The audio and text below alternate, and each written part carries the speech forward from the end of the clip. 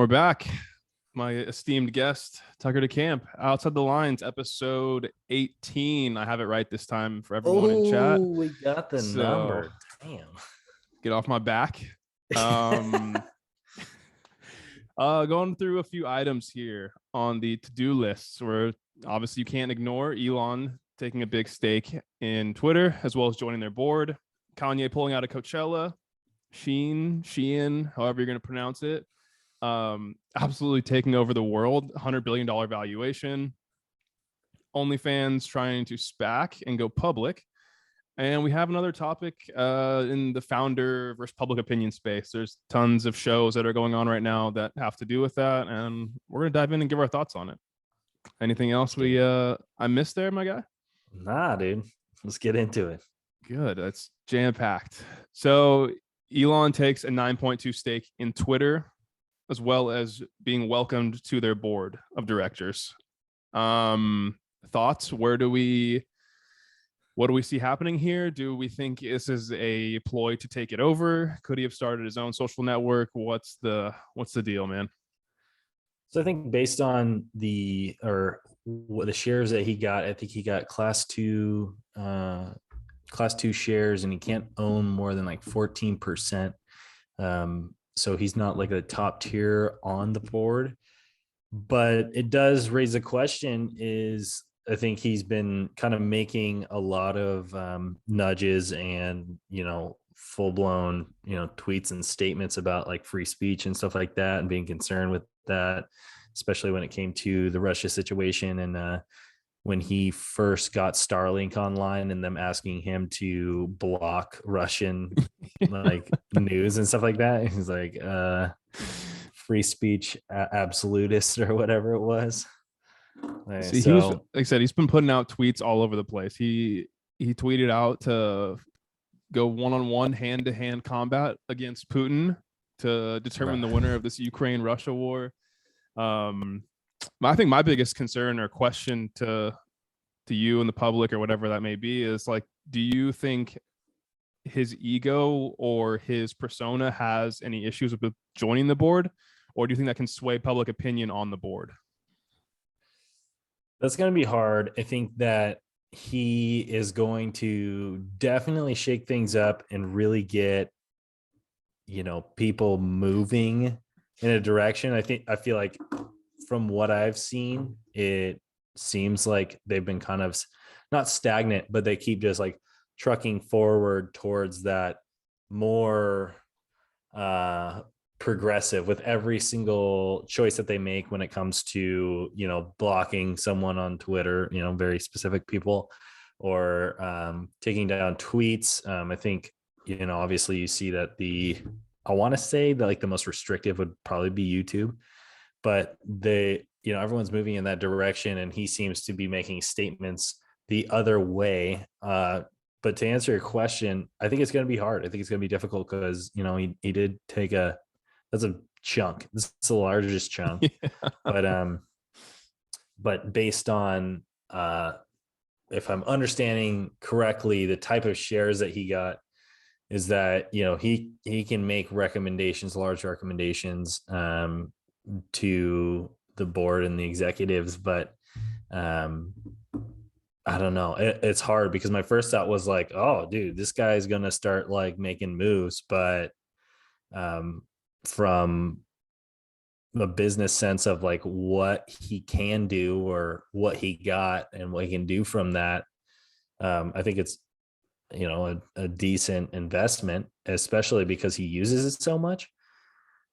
But there has to be some sort of goal there, and he doesn't seem like the guy who doesn't think things out beforehand. It's not like he's like, oh yeah, well, if I buy, what was it, 14 million shares or something like that. Yeah, you don't make that like sizable investment without having a plan in mind or some end goal of getting involved with this company who's been, like you said, they were on one of the largest platforms of Joe Rogan. Jack Dorsey and their head of legal was on there basically fighting for Twitter's life and basically saying that they were for free speech and all this other nonsense. But you don't join a platform like that if you don't have a plan to either change things or make an impact there. So hopefully it's for the better with this impact. Yeah, especially with, I think he is one of those CEOs that we've seen that makes, whether you like him or not, he makes very quick, decisive decisions, especially like, am I going to sell 10 billion in stock? I'm sure he already like was ready to pull the trigger, but like those kinds of things is like he's ready now to make changes. And I think based off of like what he's tweeting, what he's putting out there, that about free speech, I feel like that is the main focus of why he's going into Twitter. And hopefully, he's successful in some way. It would be really nice to open those things up, because based on like what I said, it's rough to see people on Twitter or other social media platforms and just being blocked or not heard because of, they have some sort of political thing that Twitter doesn't agree with. 100%. Like you said, if people really are saying that this is the public discourse of the future or of today's world, then we have to have everyone on the platform and given an equal opportunity to enjoy those liberties if they would like to. Guaranteed. But I think the part where you kind of glazed over of is he's very precise with his tweets. He knows what he's doing when he's putting them out there. There's someone that's also in the public eye that's not doing things as well as him, and I think you know where I'm going with this. Zuck needs to hire this guy or this guy's PR team. Like one of these things has to change. Either he needs to go to Elon being like, hey, what are you thinking and why are you doing the things that you're doing? Or can I hire your PR team because I need this in my life? Yeah, I think that would be a huge move for him, because I think that, they're probably both, I'll go ahead and say they're both like very high genius level people, obviously, from what they're doing.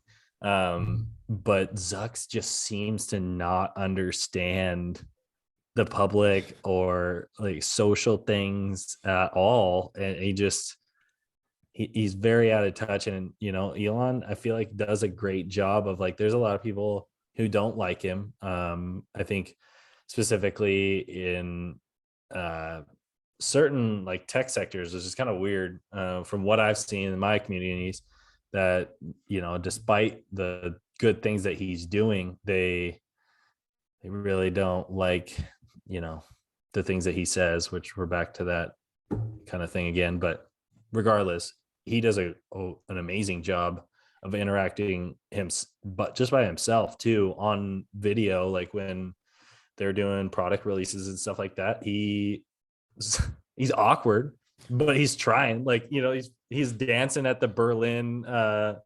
Gigafactory release or whatever it is. I'm like, kind of weird, but like go for it, bro. Well, it's also those things of like how he interacts with different media outlets. And I don't know if you watched the video. It was probably a couple of years back now. Like he did an interview with Marquise Brownlee, the famous like tech reviewer. He's also a professional ultimate frisbee player, but that's some on the side. But yeah, Marquise Brownlee has over 15 million followers on, I think it is on YouTube, across all social media platforms. He's like 20 million followers, and people listen to what they say in his tech reviews because they're honest, and he's asking honest questions to Elon, and he's giving them honest answers. Like he's asking Elon about what his favorite video game is at the moment, and he's going back and forth and having an honest conversation about it, or it seems genuine. And then you look at the same interview with Zuck, and it's just not the same. I'm not sure where he's missing the mark here. Yeah, I think they need to get him in some classes, and honestly, like, just take a shot out there, because when I think about it, a lot of those interactions, like he seems to be, going on podcasts. What he was on Lex Friedman, which is kind of like the first snooze step fest, for guys. man. Yeah, the first step for the guys in the tech sector is like, the hardest thing that he's gonna have to do is when Lex starts the podcast and like makes him read like which one is the bridge or whatever. He's like, okay, you're not a robot. Like that's the hardest part of it. But like they need to keep making more steps out into the public and get more exposure. And like, honestly, like you said, get a better PR team, get him practiced, because he went from the guy who's like, damn, dude, Zuck runs it, to obviously with what he does with Facebook to kind of like not public enemy number one, but not in a great spot. And I think that everyone ties that back to the most exposure that he had gotten in a long time directly to the public was the antitrust conversations. And, he's like sipping water, like, I don't even know what the hell he was doing. Like, bro, if you're going to do it like that, get a straw, like just skip out on that. But I think that he just needs to look into that. And I don't think it matters to him, but it should, because I feel like not the fate of his company, but the general direction of his company is based on him. You're seeing a lot more of that, where these businesses are having celebrity-esque, more famous CEOs, that people tie the business and the company directly to how they view the CEO. Well, it kind of going back to what you said about like the fate of his company kind of depends on this. Like, I have friends that are now removing that they've worked at Facebook from their resume. Like, they'll put the team they worked on at Facebook, they were part of WhatsApp, or if they were part of like Instagram, they'll say that instead of like worked at Facebook or Meta. Like, working at Facebook used to be a massive achievement and carried weight throughout the tech community.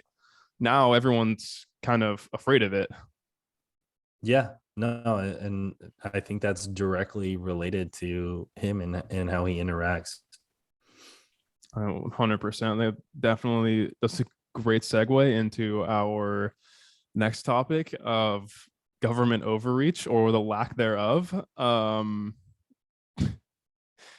If you have a significant other or are a woman yourself, you know that Shein, whatever. I don't know how to pronounce this thing. You know better than I. But this thing's doing $100 billion, worth $100 billion apparently in valuation, and it's a Chinese company. So yeah, the U.S. honestly, politicians are just out to lunch, and the two biggest things in America are Chinese: TikTok and Shein. So yeah, it's yours with this one, man. And honestly, I think they just like feed into each other. It's just, hey, you know what? We need this to be big. We just posted these things, and we need all the biggest TikTokers to put on this shirt or wear this hat, and we're gonna, sell 500 million units in a year or something like that. I don't know, something ridiculous, because they're just using each other. Both of them obviously have direct ties to the Chinese government, and the perfect view of it is, like you said, we're sitting here yelling at Facebook, at Mark, antitrust, like it really matters. Like it's really going to affect us. And then we have to turn around and see that the Chinese government is like subsidizing taxes on and manufacturing for Shein. So I think it's, I mean, not to fucking be the guy I think it's bullshit that our politicians and these, I don't know, I want to call them virtue signaling people on social media, that they'll just sit out there and they'll attack Facebook for like spying or all these other things, or like government elections, things like that. But we have two of the biggest offenders of that. But since they're from a foreign country, we feel like we can't say anything, and we still let it run rampant within our own country. It just doesn't make sense to me, man. Yeah, I don't know. I think it's some sort of double standard, because people know, like, it is very clear that they are taking your information and they're using it. There's more than enough articles out there that are not even like smear articles, but articles like analyzing the like addictiveness of TikTok, and then turning the coin over and looking at like yeah, we get people to use it, and then we get all of their info, what they're looking at and what they want and what they want to see. And then we feed into that and do everything to steer the boat in the direction that we want. And so I don't see anything wrong. We brought it up last time how there was a right-wing political affiliated group that was going after TikTok for that Facebook paid them to do that, which is awesome. Like, dude, 100%, that's the right thing to do. This is a damaging company that's making up the youth's minds for them. But Yeah, just but to fix add on reels, to honestly. fix reels first, and then we can talk. But to add on to how I guess in your phone and in depth this TikTok app is, like, there's a project that I can't say the name of the project that I'm working with or that I'm working on, is if you are at this location within the building, you're not allowed to use TikTok or even have TikTok on your phone if you're going to enter one of our offices, because the app tracks your GPS and it knows exactly where you're at in every room. And since I work for a company that's affiliated with, I have government contracts, we are not allowed to use that. Yeah, and well, that goes directly for my job too. Is like I can't even have it all together just because, like you said, it tracks everything, it tracks all your decisions, what you're looking at, and obviously, I'm sure there's a certain level of that with the other social media apps, but there is zero restrictions because I'm sure there's maybe maybe it's naive of me to think that there's a little bit of hesitation just based on the fact that there have been lawsuits and there is possible lawsuits if an American company were to take a step too far when it comes to information gathering. But there's no restrictions when it comes to these foreign countries, specifically China, and who have a direct motive against it. And I think that's the biggest thing is, like, obviously, even our allies, in Europe are, we don't want them to necessarily have all of our information, but this is a direct counterpart. We are countries that There's only sit two of head to us, man. head. There's superpowers in the world, and it's the U.S. and China. I don't think China's anywhere. This is against popular opinions. You may feel differently about it as well. I don't think China's anywhere near as close to as we think, but I think if we keep, it's one of those things where you obviously I have a younger brother. If you give them an inch, they'll take a mile. So, like, growing up, if you even give them hope of beating you, you're gonna lose, man.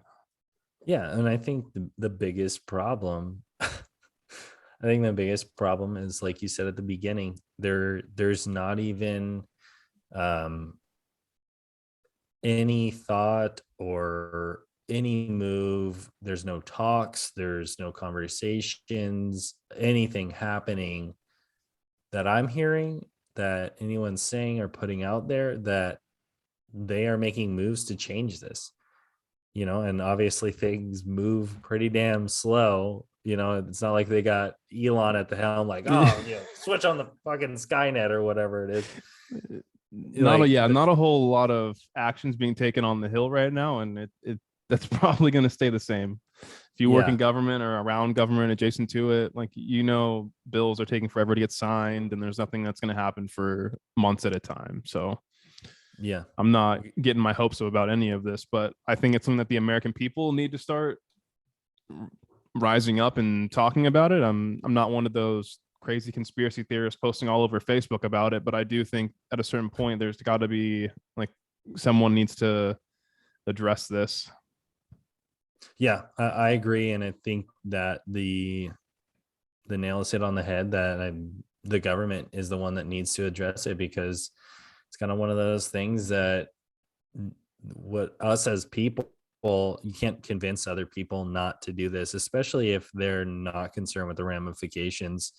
And I feel like that falls perfectly in line with the youth. Like, not like we're super old or anything, but the younger people who are on TikTok, they're like, oh, I don't give a shit, like, whatever, like, I'm not even thinking about it. So And not that, want to take something that is like whatever your opinions are on social media in general and TikTok specifically, but like it's I guess a good thing and a bad thing. You're trying to take that away, some entertainment for millions of people, trying to take that away. I think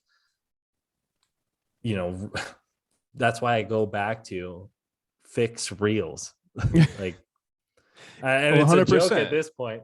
It's a joke at this point, but it's like, provide another product. That's the thing, is like, yo, if you're gonna like take this shit away from us, like, we at least have to like scoot over to something else, or a lot of people are gonna be pissed because a lot of people aren't thinking like, you know what, it was really bad that they were taking all my info. Like, most people don't even think about what information, like they're like, dude, I just watch these types of videos all day, and I don't know what they're gonna get from that. Like, When I you live. said it, you said it best earlier too, of like going back to the thing about Shein or Shein, whatever, still, of like these two apps or these two companies play in tandem off of each other. So like TikTok gathering data of someone watching a certain type of fashion video, they go straight over to Shein and say, hey, this person is going to buy this. So serve this person this ad on TikTok.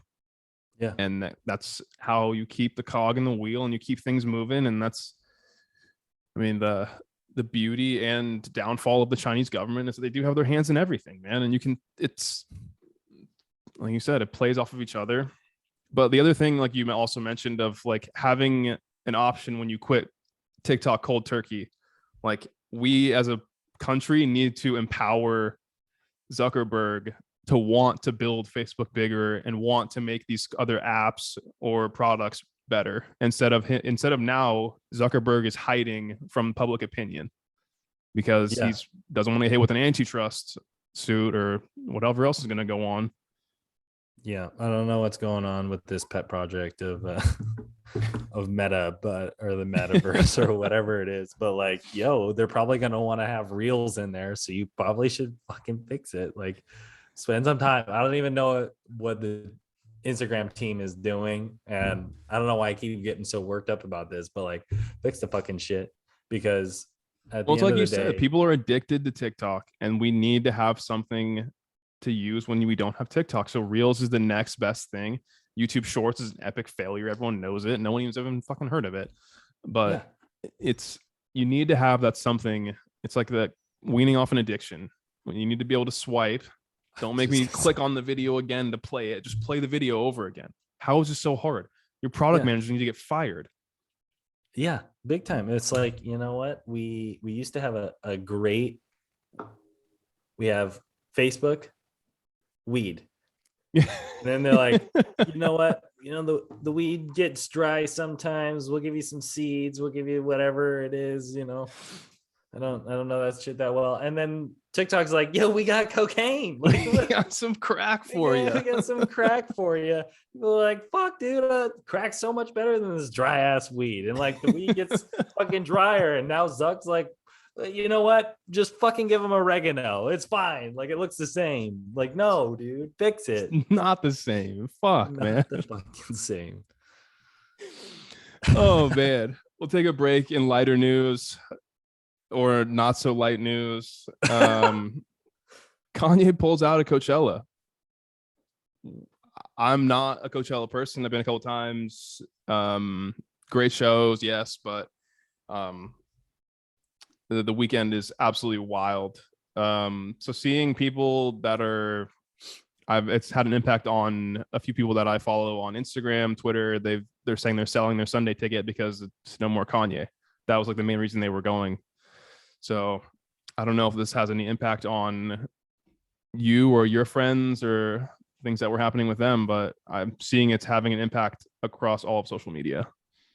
Yeah, there's a lot of people, I think, mostly in our common group of friends, that um, are turning around and like, hey, this is worth it. And it's honestly, it makes sense, because he is the biggest, if I'm missing anything, star in the world whatever he does, you're like, the guy flies commercial instead of private, and everyone's like, what the hell is going on? Like, I need to like lick the floor at LAX. Like, don't do that. But like, people are going crazy about anything that he does, and I don't really know what the play is. That's the big thing, is like, there's obviously always a reason, and I'm sure he's got a lot going on right now. We're seeing a good number of it. Maybe, he found out that like Pete got tickets, and he's like, I don't want to see that guy backstage. Like, fuck that shit.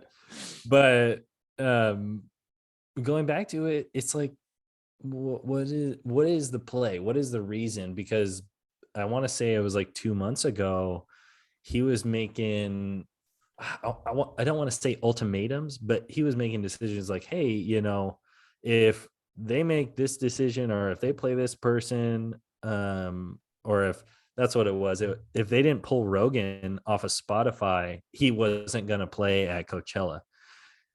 And it's like, okay, like, I don't know. It just seemed really weird. Like, okay, Yeah, that's what an like odd ask, man. yeah, okay, fine.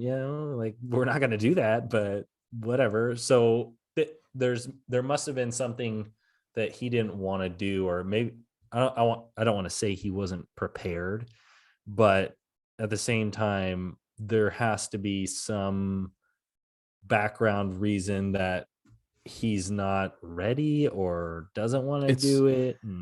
it's such odd timing too, when he announces, allegedly was like texting back and forth with his ex Kim Kardashian, saying that he's now going to be seeking help and like going back into a mental health facility or something like that. Like, it seems a little off to me. Like, right before Coachella, Yeah. you're gonna go back into a facility, or you're going in for the first time? Like, what? Yeah. Yeah. And obviously he doesn't need the paycheck. So I think it's just like, it's just one of those things that seems a little odd, and makes me think like maybe his PR team is like, yo, this is not a good idea based on like Red recent flags. events,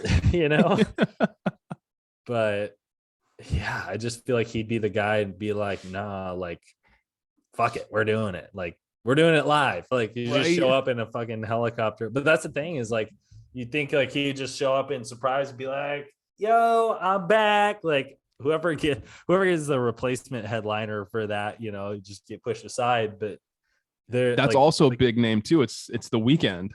And oh, dude, when you said the weekend, I was like, yeah, I don't think it's over a weekend, but like, I didn't know that shit. Like, hey, that's a pretty good replacement. right, Like, that's what I'm saying. no, there's some people who are mad, but like, nobody's that mad. I'm all about it. Like, the weekend headlining would be insane there. And it's with Yeah, bro. Swedish House Mafia or something like that too. So I mean, I guess it's like a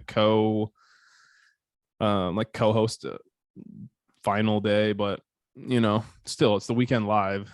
Absolutely Yeah, insane. I'm here for it. Like you said, I was expecting this guy to just show up in a helicopter saying like, pull some Taylor Swift shit and say, get the fuck off my stage. Yo, seriously, I'm gonna let you finish weekend. Like, all right, whatever. Oh man. Speaking of big headlines and big ideas, things like that. There's been a lot of shows out recently, hearing about founders versus their boards, founders versus public opinions, founders versus pretty much everyone. What's the We Crashed, Super Pumped, the one with about Elizabeth Holmes. I think it's painting those people in a very negative light. And I guess the story is that there's never going to be, no one wants to hear a story about someone who's doing things right within the space, or being goody two shoes like Brian Armstrong over at Coinbase. But I think this begs a question, at least, of, is this doing more damage than it is like bringing notice to these bad people? I think that a lot of these people, this is discouraging founders from starting big companies and really following what they might say is their true calling. When you have an idea and you want to play it out, you might think twice about it now because you don't want to get ridiculed by everyone on social media, or even worse, be put in front of a jury for a trial.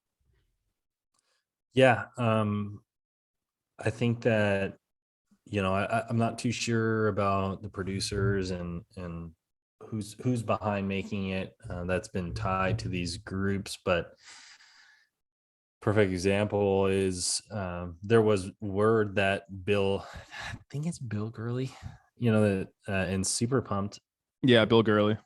that they painted Bill Gurley in a wonderful light, like he was the guy who like saved everything and did all this, but he also had like a financial stake slash like ties to the people who produce the company, produce the show. And so I feel like there's like a lot of smear play, I guess you can say, Yeah. going back to originally the social network of like, at first you're thinking like Zuck is like this savage, and now you're seeing it in this light.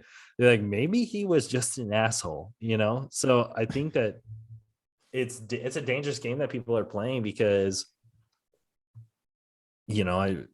things can be misconstrued, and people on boards or venture capitalist firms, they can make different decisions based off of watching these things. I'd hope they wouldn't, but they can, on raising funding for these founders and really affect their jobs. Well, and that's a big thing too. Of like everyone knows it's similar to sports. Like when you talk about the best football players out there, and I mean, you look at Sean Taylor, for example, rest in peace. But like when you saw that guy play football, it was a bit different. Like you knew a screw was loose up there when he was playing. And that's what founders are basically telling boards. They believe in their ideas so much that they're willing to go crossing so many lines to make it happen. So when you're sitting in there listening to a pitch from a founder as a VC, you're sitting there like, okay, is this guy a crazy person that's going to allow growth to unicorn status, or is this guy just delusional? And it's hard to tell the difference between those two. And I guess that's where Bill Gurley, knowing the producer of the show, being able to paint Travis Kalanick in a bad light was worked out for him.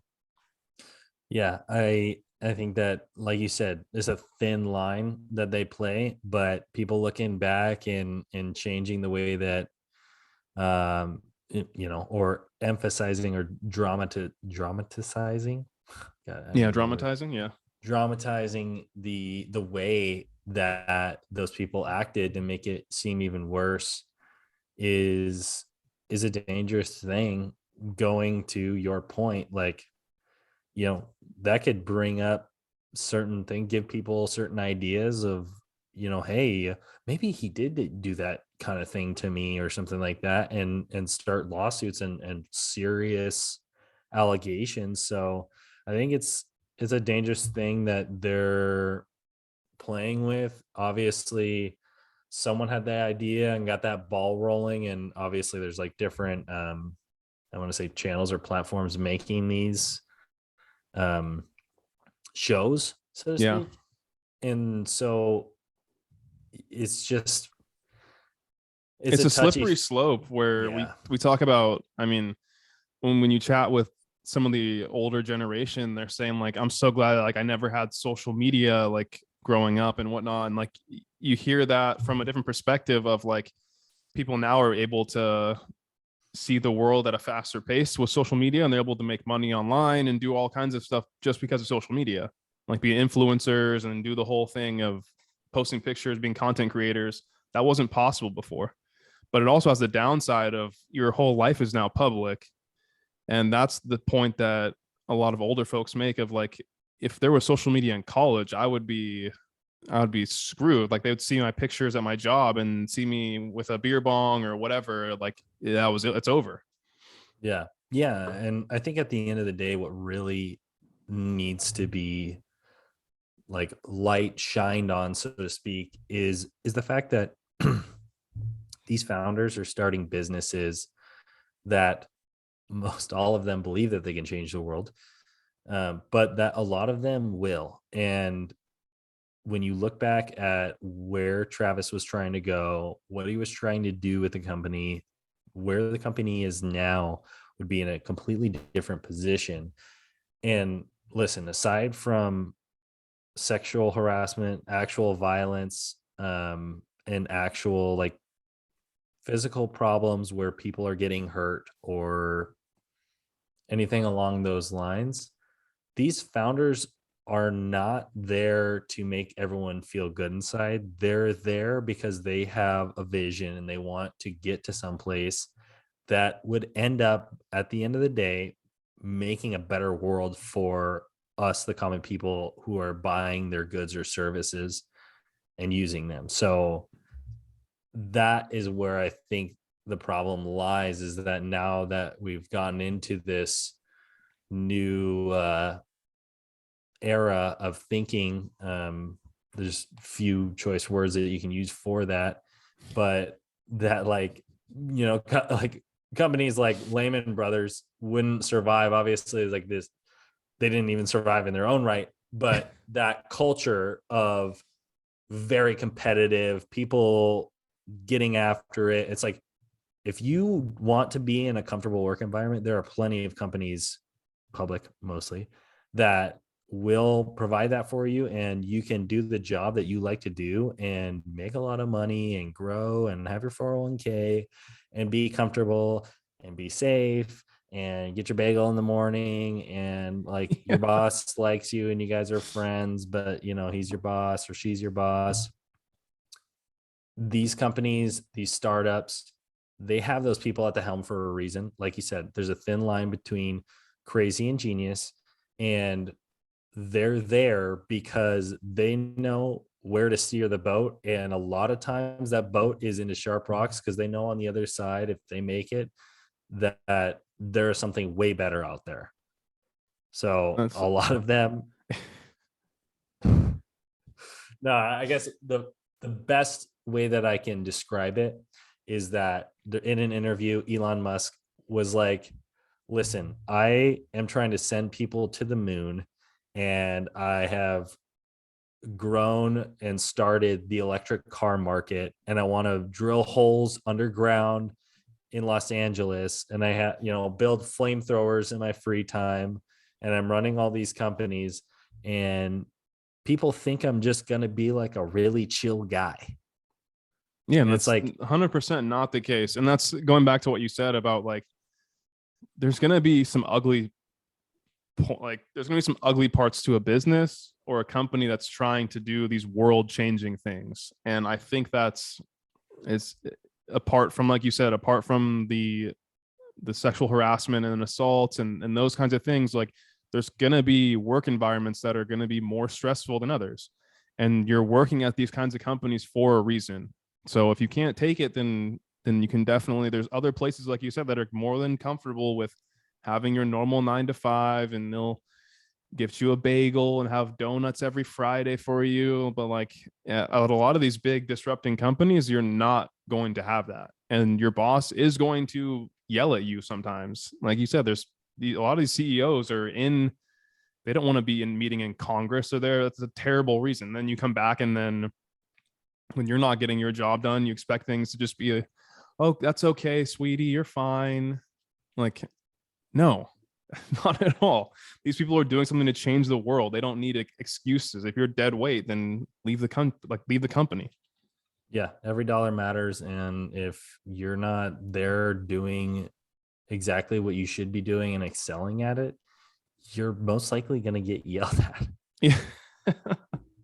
Well, I also think there's differences between those two companies. Like the companies with like Theranos is like just blatant fraud and like selling a vision of things without having the actual technology, compared to Uber, who was like taking the fight to Google when it came to self-driving cars, and then trying to expand throughout China. And like there's like that was a big and bold vision, which I can applaud him for. But the other things that happened within the company outweighed those two big world changing things.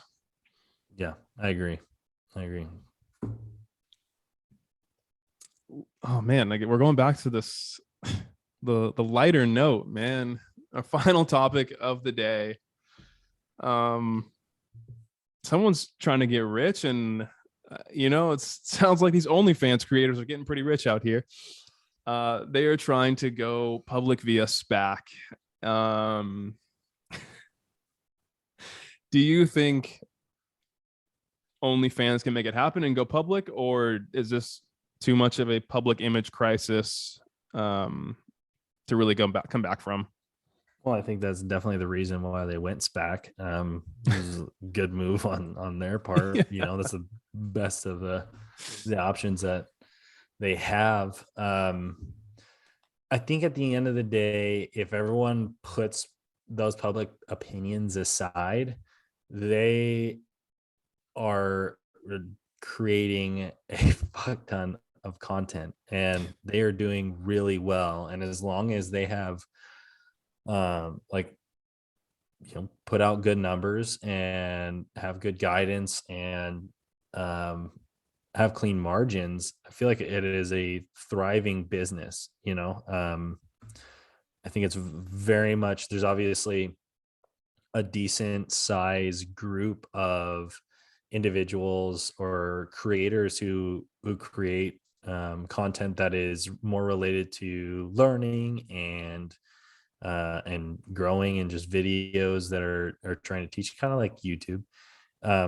Obviously the biggest part of that is the sex industry, I guess you could say. I think that would be the best way to put it, is sex industry.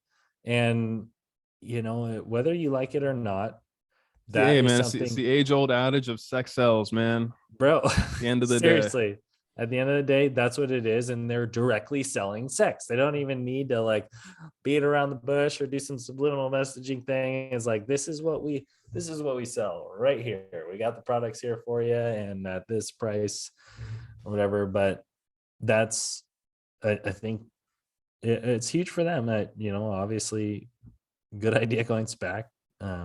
Easier than, I think, in their case, than an IPO. But I think there'd be more than enough people who are either creators or are individuals who consume the creators' content that would be like, yeah, I'm definitely interested in this. And then in institutions that are there that see those numbers and say, you know what, this is something that, we're in the modern era, and I feel like things get a little bit looser when it comes to those kinds of things, and they're there to make money. And if they see like, hey, these people are making a killing, then they're going to invest in this company. I think that,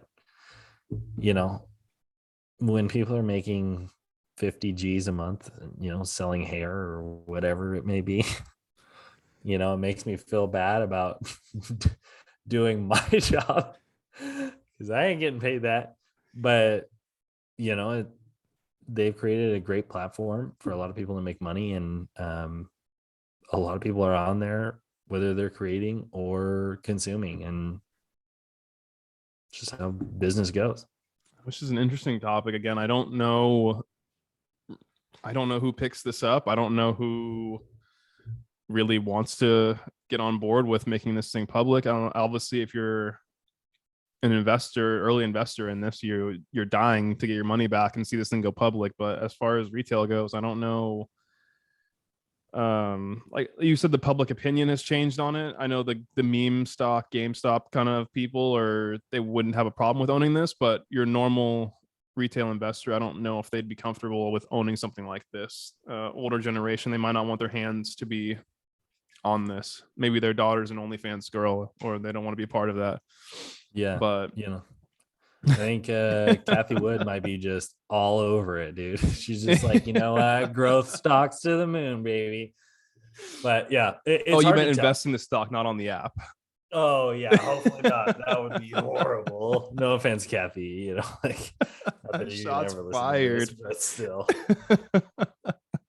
like, please stick to your day job. So yeah, I think with that OnlyFans. What an image.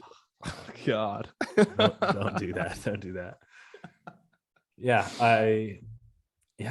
I think that it's a divide, but it'll be interesting to see who takes the helm and who's like, hey, at the end of the day, we're here to make money and this is worth it. So Again, it's one of those things. Who's going to buy this, and who really wants to make money that bad on this thing? Predictions: do we think it flops in 6 to 8 months? Do we think it holds its value? Where are you at? did you see what the valuation was? I did not actually. I can get that for you 1 second here.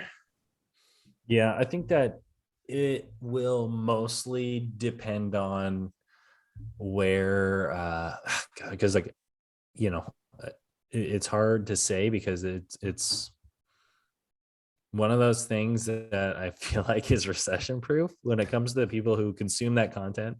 I don't think that anyone's going to be like, you know what, I really need that extra bundle of bananas, I should probably not do the subscription this month.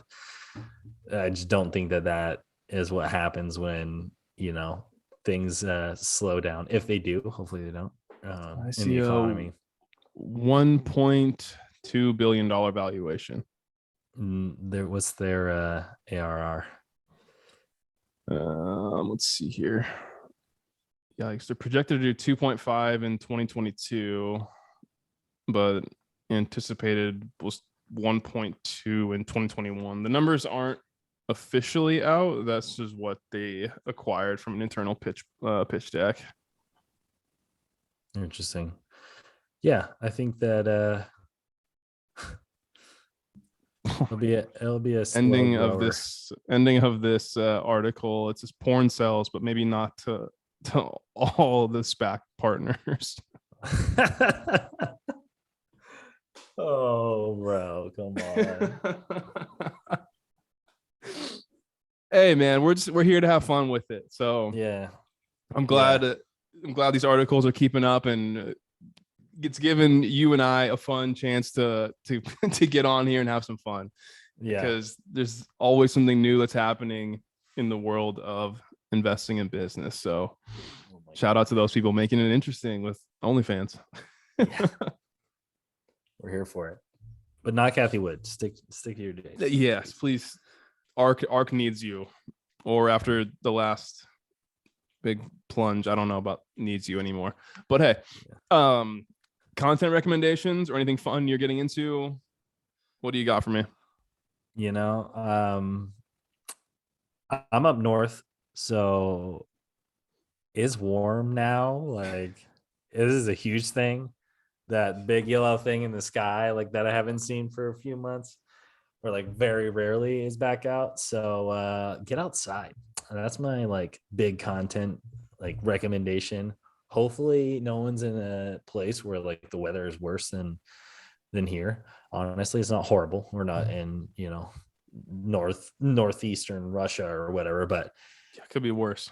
Yeah, could be worse. But like, get outside, enjoy the sun, go for a bike ride, go for a run, mix in some working out, it's like something that people do. Hopefully people can get into that. But yeah, that would be my recommendation. It's really good for you, makes you feel good. Vitamin D. Yeah, man. There you go. Hey, good for you. If you've ever been around me or know me like this young fellow Tucker knows me, he knows my obsession with British comedy.